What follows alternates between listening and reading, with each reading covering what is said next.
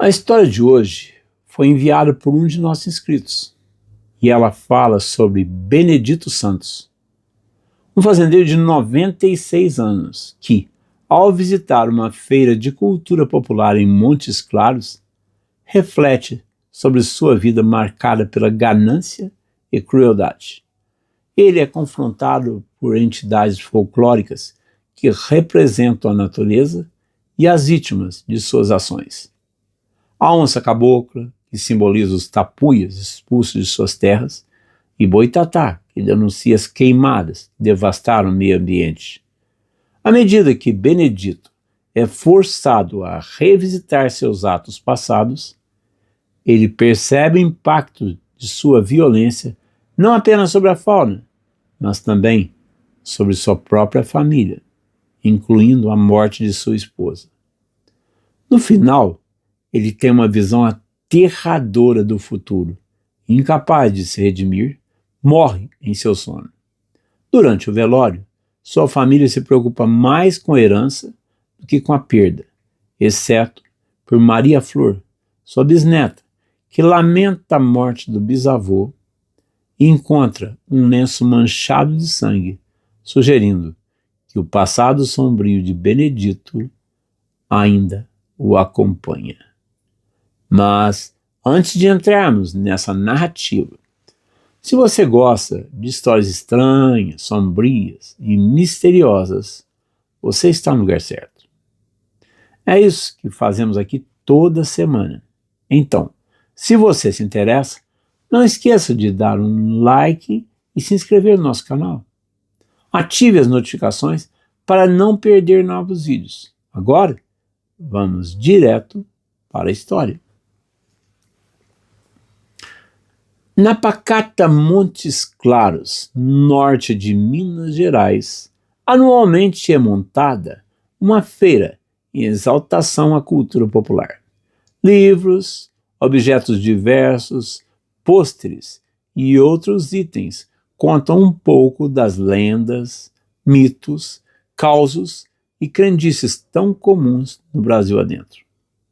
Durante a Quaresma, aproveitando que nesse período os encantados ganham mais poder, os expositores usaram e abusaram das referências aos mitos folclóricos brasileiros e era um tal de couro de lobisomem, cachimbo de saci, crina do rabo da mula sem cabeça, itens que despertam curiosidade e mexem com o imaginário. Como em todos os anos, os familiares do velho Benedito fazem questão de levar à feira.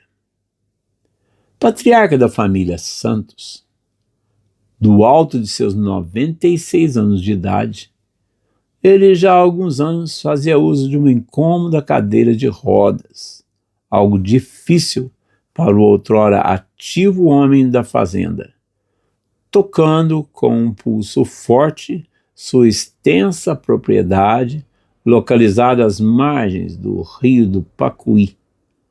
Benedito estava acostumado com lendas e encantados. Afinal, há quase um século convivia com eles. Seus antepassados chegaram quando aquilo ali ainda era o lar dos tapuias. Expulsos quando os invasores brancos aprenderam como legalizar a posse da terra, usando a grilagem e a força argumentativa das armas de fogo. Com a criação de gado bovino, Benedito montou um império que sustentou e sustenta seus filhos, netos, bisnetos e além. Multiplicou o que herdou do pai e, sem se preocupar em ser correto ou justo, tornou-se especialista em aproveitar as oportunidades para lucrar, comprando terras de endividados a preço de banana e oferecendo empréstimos e juros impagáveis. Muito bom em ganhar dinheiro, nunca se preocupou em ser um homem bom. De bendito e de santo só tinha mesmo o nome e o sobrenome. Conduzido entre os estandes da feira, o velho lembrava de sua relação com quem o cercava. Nunca teve remorsos, mas exatamente agora isso estava em seus pensamentos. Seria um presságio do porvir? Quem estava com ele era a sua bisneta favorita, a mais nova, Maria Flor. A jovem e gentil estudante de veterinária lembrava muito a bisavó, também Maria, a adorável mulher que sofreu muito nas mãos de Benedito. Mas o velho não queria se lembrar disso. Olhou então para um cartaz que tinha a figura de um enorme veado, igual aos tantos que havia caçado ao longo da vida. Enquanto ele olhava a figura do animal, o mediador daquele espaço começou a contar a respeito da lenda do Anhangá, um mito indígena original, um deus em defesa dos animais, das plantas e do meio ambiente, que foi transformado em demônio na narrativa dos jesuítas brancos colonizadores.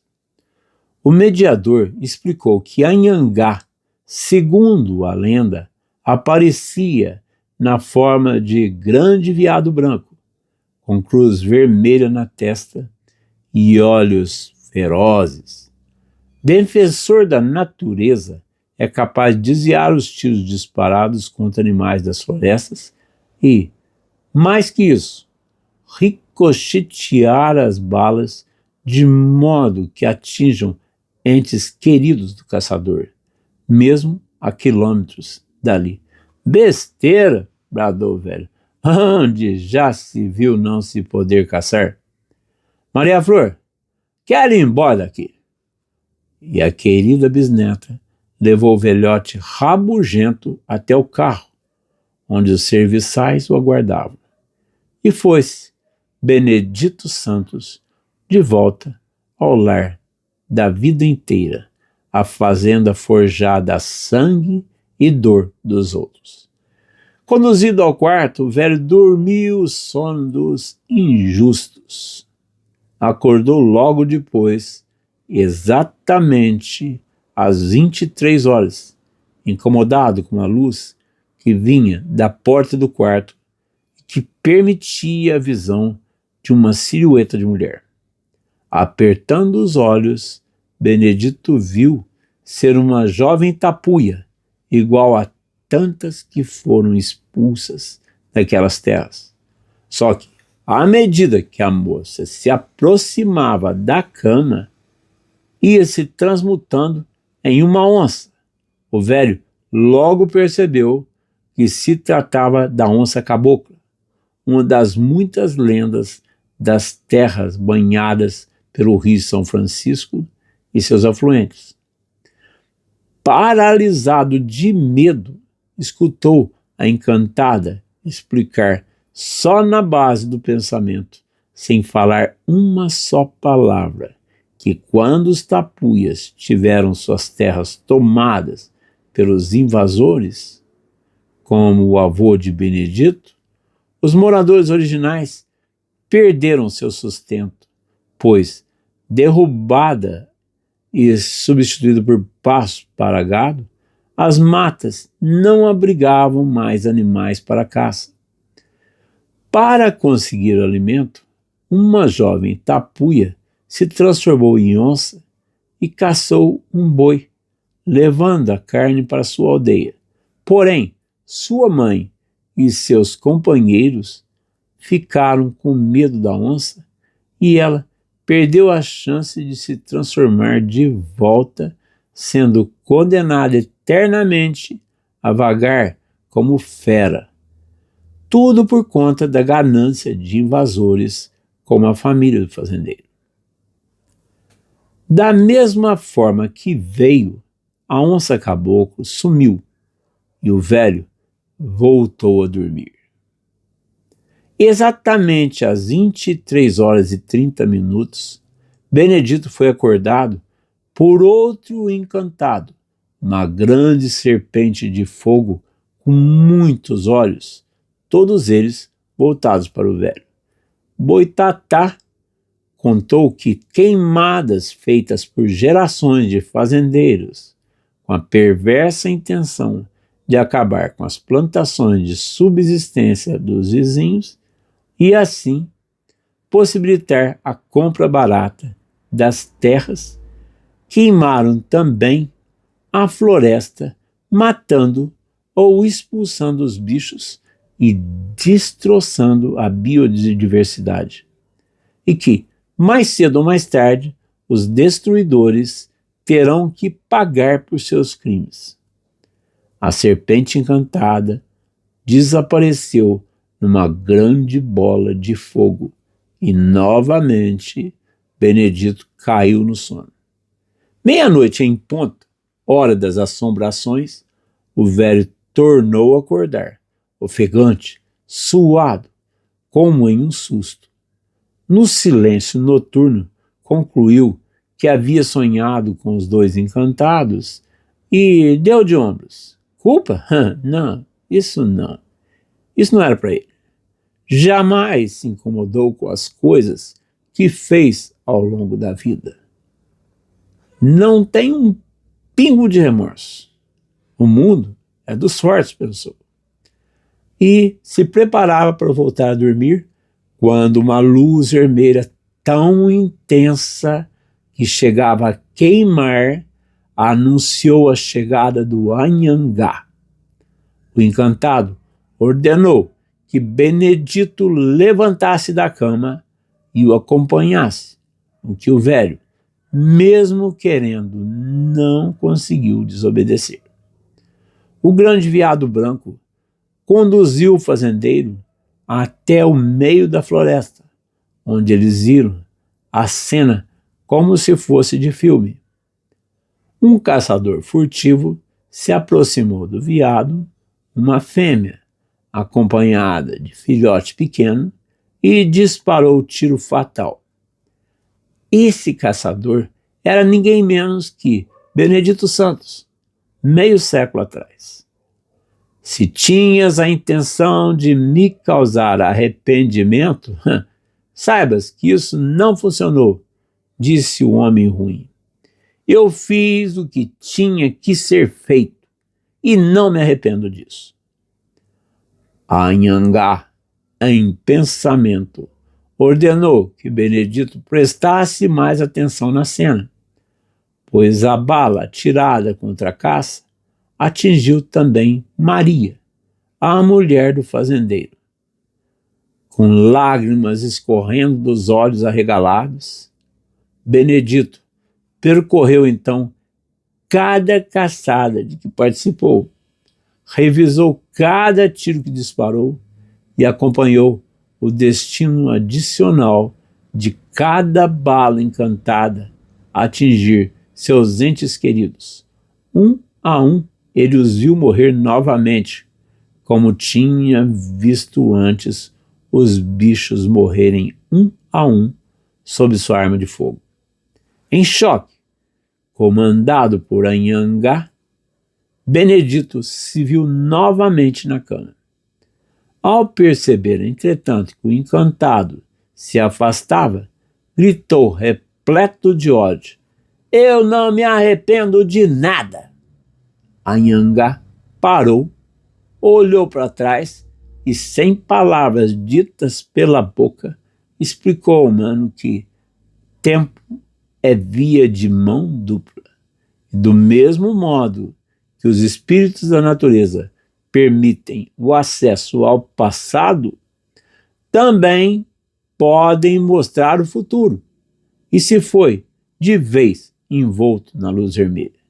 Assim que o Deus protetor das matas e dos animais desapareceu, Benedito lembrou de sua última caçada, exatamente a única que não tinha revisitado há poucos instantes. Acompanhando a trajetória da bala atirada por ele próprio, teve um breve deslumbre do futuro, o suficiente para que tremesse dos pés à cabeça e logo depois endurecesse. Foi o fim da trajetória terrena do perverso Benedito Santos, fazendeiro, pecuarista, grileiro, agiota, caçador, assassino, um homem ruim. Na manhã seguinte, os serviçais da fazenda encontraram o cadáver e logo chamaram os familiares. Durante o velório, o que mais se comentava era sobre a sorte do velho patriarca, que, supunham os familiares, morreu dormindo sem dor e sem susto. Esses mesmos familiares, que quase todos estavam mais preocupados em discutir a volumosa herança do patriarca do que em de fato velar o morto. Com exceção de Maria Flor, a única com quem Benedito verdadeiramente se importava. Essa sim, muito sentida pela perda do bisavô, e terminado o sepultamento, a jovem, ao enxugar o rosto banhado de lágrimas, percebeu que seu lenço estava marcado de sangue. Dê um like, se inscreva em nosso canal.